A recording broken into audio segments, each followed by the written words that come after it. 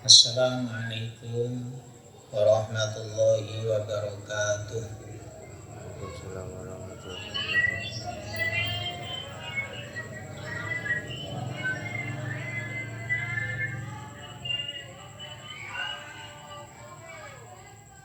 Bismillahirrahmanirrahim.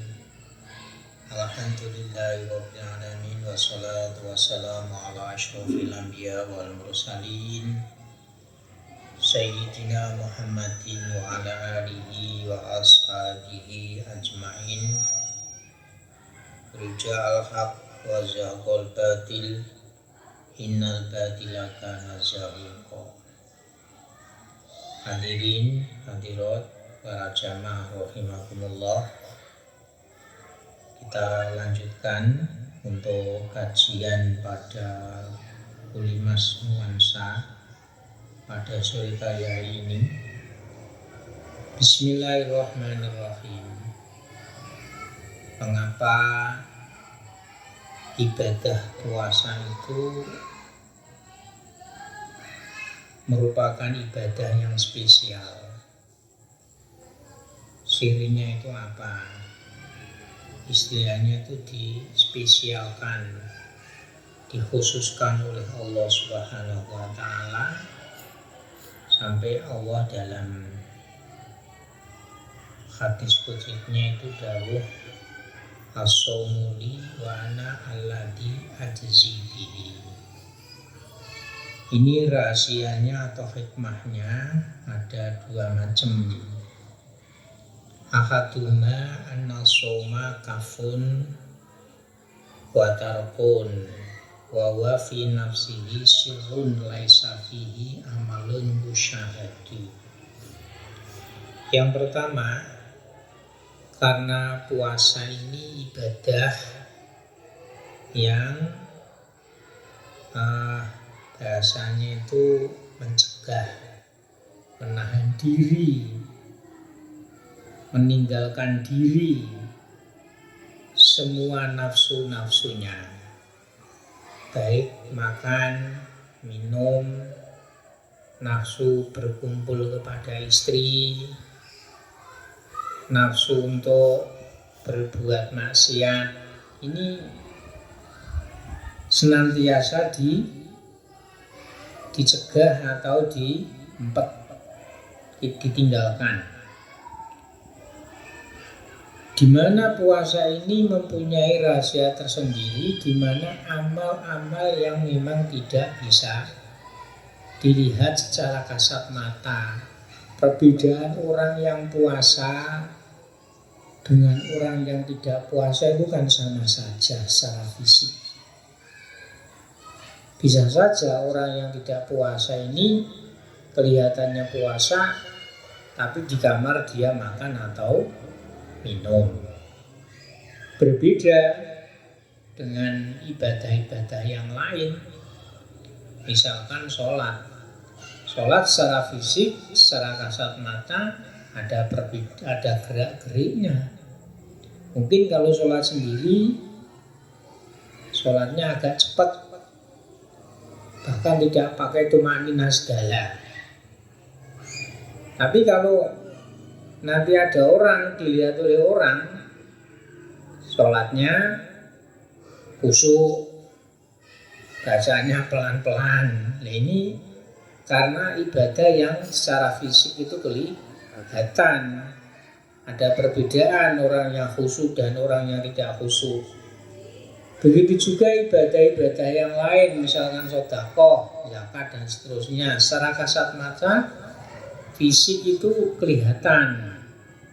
Atau baca Al-Quran, ibadah baca Al-Quran, kalau sendiri mungkin bacanya cepat, gak fasih, tajwidnya gak dipakai. Tapi kalau didengarkan oleh orang, karena ada orang, difasihkan, diperbaiki bacaannya dan seterusnya. Berbeda kalau ibadah puasa ini.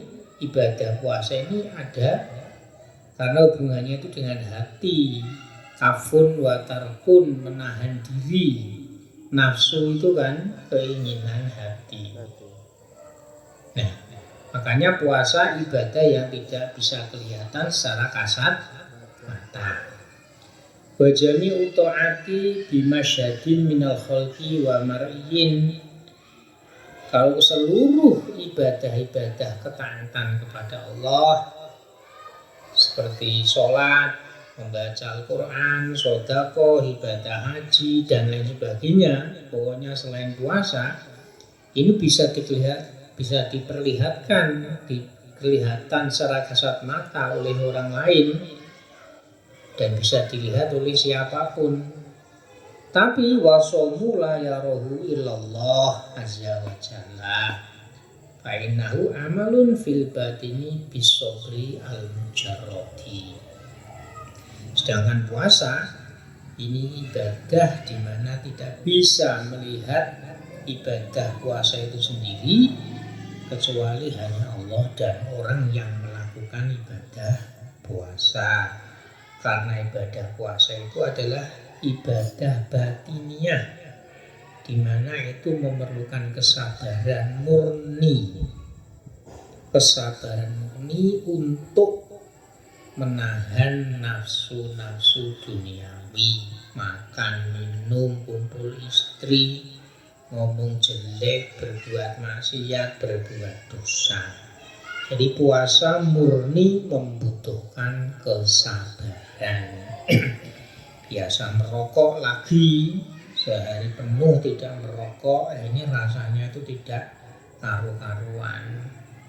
Biasa pagi hari ngopi, sore hari ngopi, ini sehari tidak ngopi, rasanya tidak karuan. Kemudian rahasia atau siri hikmah puasa itu merupakan ibadah yang spesial. Anau qahrun li aduwillah azza wa jalla fa inna wasilata syaitani asyahwatu wa innama taqawwa bil akli wa syurbi wa fi qom'iatullahi nusratullahi subhanahu wa ta'ala wa nasrullahi ta'ala mauqufun ala nusrati lahu. Yang kedua, ibadah puasa ini adalah ibadah memaksa atau istilahnya itu melawan musuh-musuhnya Allah, yaitu setan. Karena apa? Setan itu harus dilawan dengan menahan nafsu. Sedangkan nafsu ini bisa pecah, bahasanya di sini kom'i, bisa pecah. Nafsu itu tidak bisa tersalurkan kalau syahwat sendiri itu lemah. Nah, syahwat itu menjadi kuat ini kalau disertai dengan makan dan minum, sehingga agar syahwat nafsu itu lemah, meninggalkan makan, meninggalkan minum. Nah, barang siapa memecah atau istilahnya itu memusuhi musuh-musuh Allah, mendobrak melawan musuh-musuh Allah, maka dia akan mendapatkan pertolongan Allah. Dan pertolongan Allah itu sendiri juga merupakan bentuk mauquf, ditentukan oleh pertolongan Allah. Dalam arti begini loh, barang siapa menolong memusuhi musuhnya Allah yaitu setan, dia akan ditolong oleh Allah. Jadi orang puasa itu bahasa itu dia itu menolong Allah, dalam arti menolong itu dia itu menjalankan perintah Allah. Jadi seakan-akan dia itu menolong, kalau manusia itu menolong. Tapi kalau kita ini pada hakikatnya tidak menolong Allah. Bahasanya itu kita menjalankan perintah Allah seakan-akan kita itu menolong. Nah, barang siapa itu menolong pasti akan mendapatkan pertolongan Allah. Allah berfirman, in tansurullaha yansurkum wa yusabbit aqdamakum. Barang siapa menolong Jikalau kamu semuanya menolong Allah, dalam arti menolong Allah itu menjalankan perintah-perintah Allah, maka Allah akan menolongmu dan Allah akan menetapkan, akan meluruskan langkah-langkahmu. Sabit aqdamakum. Famin hadzal wajhi soro somu babul ibadah wa soro junatana. Karena melihat hikmah atau siri daripada ibadah puasa tersebut yang ada dua, maka bisa diambil kesimpulan bahwa puasa ini adalah merupakan ibadah. Dan puasa itu menjadi benteng. Benteng apa? Benteng daripada nafsu syaitoniyah. Sehingga dengan puasa, nafsu syaitoniyah kita itu akan menjadi hilang, akan menjadi sirna. Yang dapat adalah kita itu akan menjadi kekasih Allah. Di depan sudah dikatakan, orang melakukan ibadah puasa itu adalah merupakan orang-orang pilihan Allah, aulia illah, kekasih-kekasih Allah. Hadirin jamaah Darussafa rahimakumullah. Lalu ketika kita masuk pada ibadah puasa, tentu ada hal-hal yang sifatnya itu wajib, ada hal-hal yang sifatnya itu sunnah, ada hal-hal yang sifatnya itu menjadi batal dan lain sebagainya. Nah, dalam hal ini kewajiban sebelum atau sebelum dan memasuki ibadah puasa itu ada 6. Al-awwalu muraqabatu awali syahri Ramadan wa dzalika bi ru'yatil hilali fa in humma fastighmaru salasina yauman min sya'bana.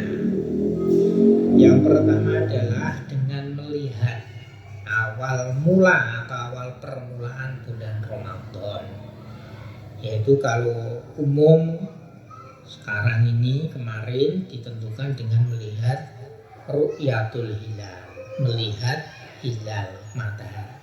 Maka apa itu namanya bulan sabit, bulan yang kecil namanya hilal.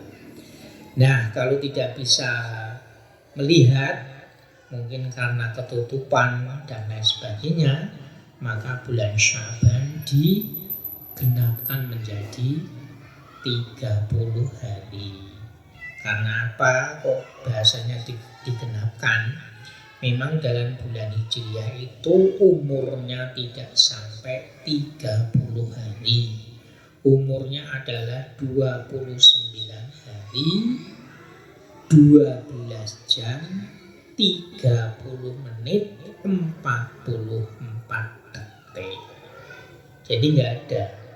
Jadi bahasanya kalau diglobalkan itu menjadi 29 hari setengah. Karena tidak ada 30, maka terus digenapkan. Otomatis kalau kemarin itu Sya'ban itu genap, nanti puasa bulan Ramadan ini hanya menjadi 29 hari. Jadi harus mengerti. Ya kalau kita misalkan kita merasa bodoh, ya pokoknya ikut apa itu ketetapan daripada negara atau menteri agama.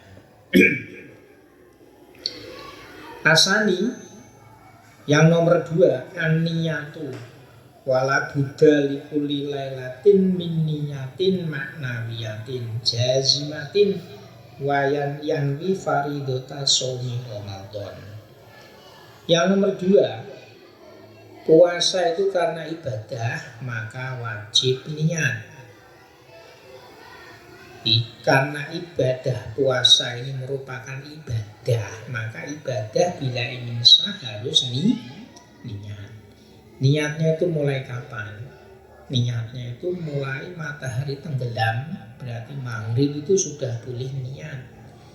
niatnya ya nawaitu somaluddin an adai fardhi syahri Ramadhana hadhihi sanati lillahi ta'ala. Kalau di Indonesia kan saya niat puasa besok bulan Ramadan ini tahun karena Allah Ta'ala.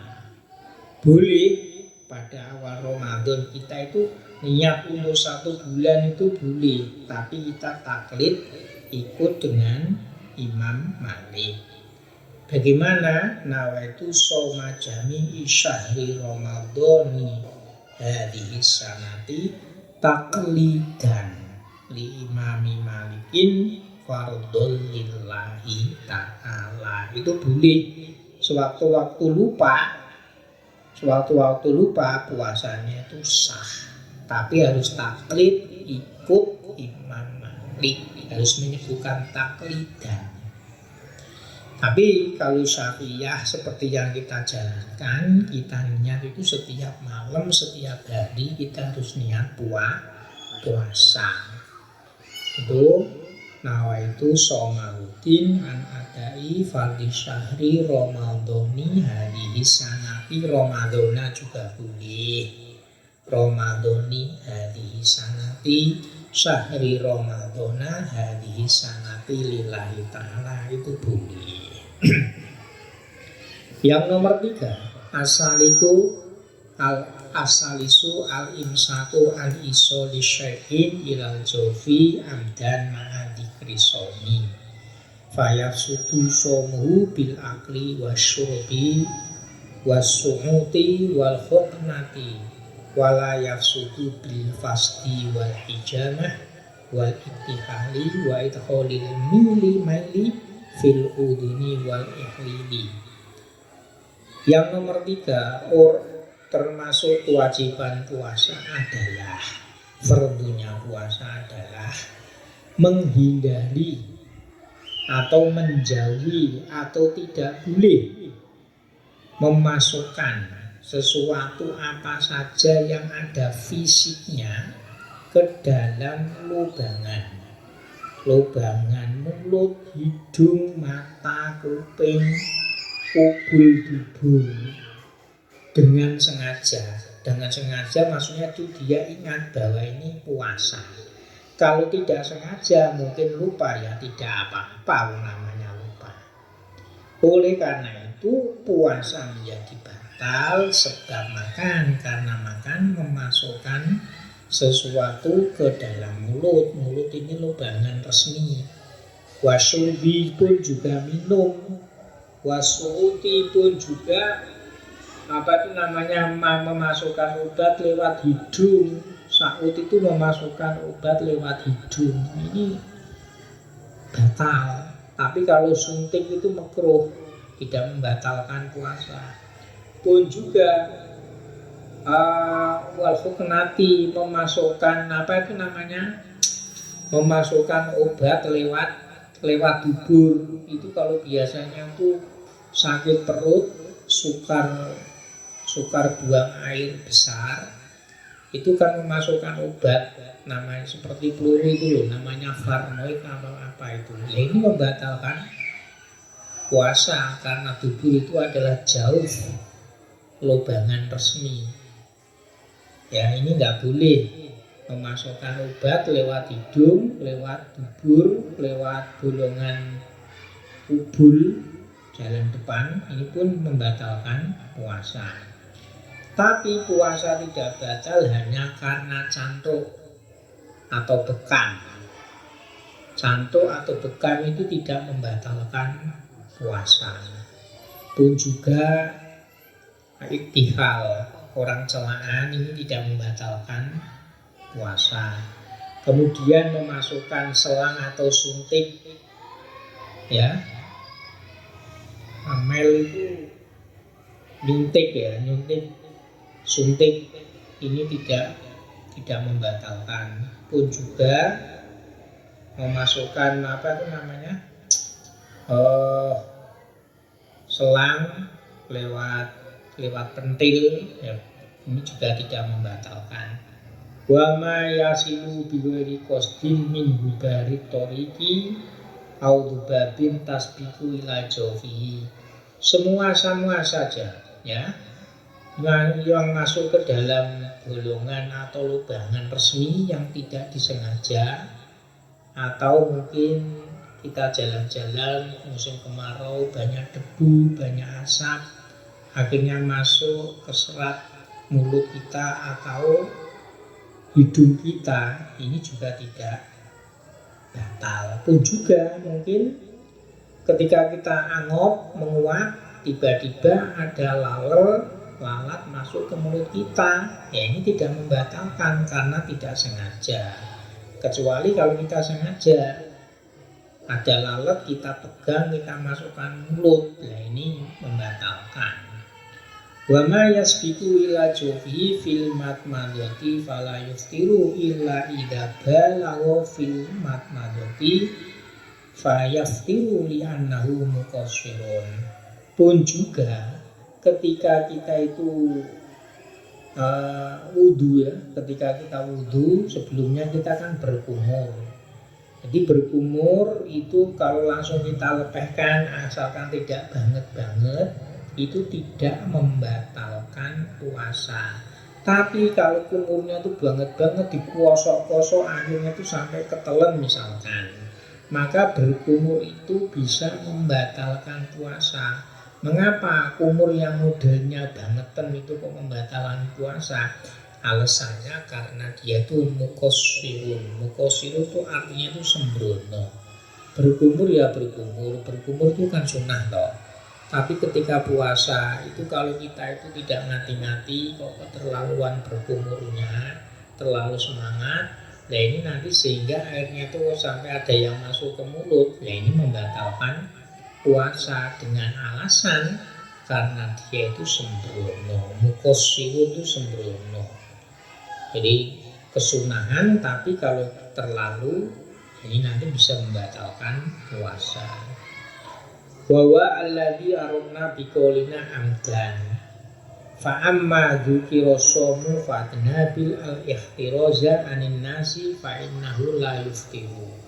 Jadi mengapa modelnya semacam itu, dalam arti semacam itu berkumur itu kok membatalkan puasa kalau banget kalau keterlaluan, karena dia itu termasuk dengan sengaja. Jadi kalau berkumur biasa itu kok tidak membatalkan puasa ya karena itu sulit untuk menjaganya. Dalam arti sulit itu kalau berkumur biasa itu kan tidak sengaja dia itu banget. Oleh karena itu tidak membatalkan puasa. Begitu juga kalau orang melakukan kumur itu karena lupa kalau dia itu puasa, akhirnya itu ketelan, oh iya ini puasa ya, wis kadung ya nggak apa-apa, namanya lupa. Jadi lupa tidak sengaja, ini tidak membatalkan puasa. Ar-rabiu al-imsaku anil jimai. Yang nomor 4, menghindari atau tidak melakukan jima. Jima itu hubungan suami istri. Fa in jama'a nasiyan lam yuftir. Bila dia itu jima mungkin karena pengantin baru lupa kalau ini bulan puasa, ya maka tidak membatalkan puasa. Tapi bener-bener lupa, ojo ketok lali. Tapi kalau benar-benar lupa tidak membatalkan puasa.